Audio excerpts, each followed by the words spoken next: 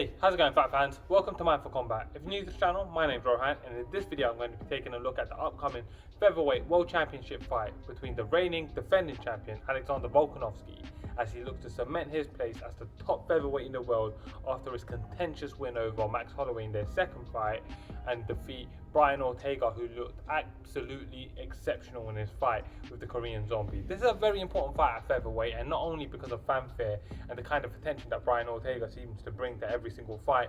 He's obviously a sweetheart of every hardcore mixed martial arts fan, and this is going to be a great fight, a true test between two of the best featherweights in the world. Now obviously there's the Max Holloway question looming around in the background. I scored the last fight for Max Holloway. I think a lot of people did, and even Dana White came out and said that. So that's a big problem. Obviously, Max Holloway then looked exceptional in his fight with Calvin Kattar. So I think coming into this fight, there's going to be almost like a little dark cloud over it. But I don't think they should be. I think these are the two of the very best featherweights in the world. Alexander Volkanovski is 2-0 against Max Holloway. It's not his fault that the judges got it wrong, and I think in coming into this fight he should be given the true respect of being a defending world champion, and he has taken out a murderer's row to get to the belt. But anyways, with that said, let's go through the tape of the tape and let's break this fight down.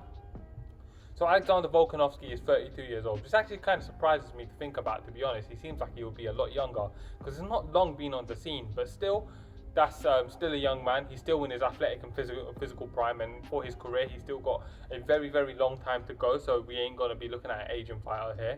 And he's going to be fighting Brian Ortega, who's 30 years old, 2 years younger, still in his athletic prime, still coming into his best. And actually, if you look at his recent Instagram posts, he may be in some of the best shape that he's ever been in his entire career.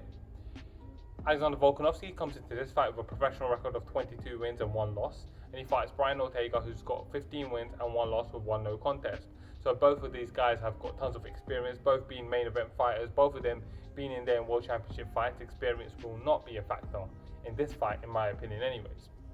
Volkanovski stands at 5'6" tall, which makes him 2 inches shorter than the 5'8" Brian Ortega. I think Brian Ortega showed us in his last fight that he's improved, but I think Volkanovski is used to being the short man in his fights. Look at his fights with Max Holloway, etc. But still, that's an advantage for Brian Ortega if he can utilize it. What's interesting though is that it's actually Volkanovski who will have a 2.5 inch reach advantage. He has a 71.5 inch reach, and Brian Ortega has a 69 inch reach. So now that's going to be very interesting to see how that plays out. I think his wingspan is actually quite impressive for a guy his size, for Volkanovski, and I think this is going to be an interesting fight when you look at their measurements and the way their body shapes are as well. To describe their style, Volkanovski is very well-rounded, but I think where he shines is in his stand-up. He's got great leg kicks, he's got great boxing, he's actually got very good wrestling and takedowns as well, as he showed in the last Max Holloway fight. But he's very all-rounded. There's nothing that he isn't good at, but then at the same time, I don't think that there's anything that Alexander Volkanovski is exceptional at. Brian Ortega, on the other hand, is exceptional when it comes to Brazilian Jiu-Jitsu, and actually in his last fight he looked very, very good on the feet. He looked like he had learned a lot of lessons from his Max Holloway fight, and he had improved a lot, so his Muay Thai stands out as well, but he's an exceptional Brazilian Jiu-Jitsu player. The key wins for Volkanovski is actually quite impressive when you look at his record. He obviously beat a streaking Darren Elkins to finish his streak once upon a time. He's beaten Chad Mendes to pretty much finish his career. He stopped him, that was a great fight. He beat Jose Aldo, and of course most recently he's beaten Max Holloway not once but twice.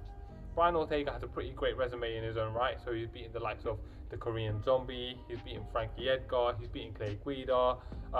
Some great wins there on his record, and he also choked out Cub Swanson as well. I think that's one that really kind of got a lot of people looking at Brian Ortega. So great resumes all round. Obviously Volkanovski has a better resume, but Brian Ortega also has that fight with Max Holloway himself. There was a lot of learning done in that fight because he got brutally beat down, but that was a very, very interesting fight. The issue for Alexander Volkanovski coming into this fight is going to be his size, how he's able to overcome the size of Brian Ortega and avoid his ground game.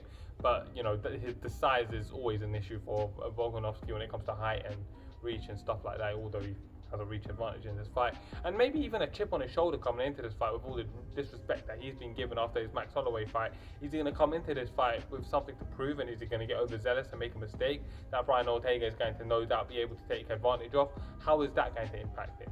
For Brian Ortega, the issue was always that he was hittable, he's a slow starter, and then fighters used to accumulate a lot of damage on him, and he was a kind of come from behind fighter that used to be losing on the scorecards and win quite a lot. But this is maybe a new version of Brian Ortega, so we'll see, and it's going to be very exciting to see. When we're looking at the X factor for Volkanovski is going to be his, the fact that he's been active, he's been fighting regularly, whereas Brian Ortega's coming up for a long layoff, only had one fight with the Korean Zombie. He was probably able to shake off his rust, but the question still remains. And his fight IQ is going to be his biggest asset in this. We saw in the Max Holloway fight that he can employ a game plan. We saw in the rematch that he can adapt and change his fight game plan if things are not working out. And for Brian Ortega, his X factor is always going to be his BJJ, and actually the unknown around his stand-up. Now, how good is he? What did we see against the Korean Zombie? Did we see that the Korean Zombie is just fading after all the wars, or did we see that Brian Ortega is finally coming into his own? And are we going to see a better version of Brian Ortega all round? Let's get into the prediction.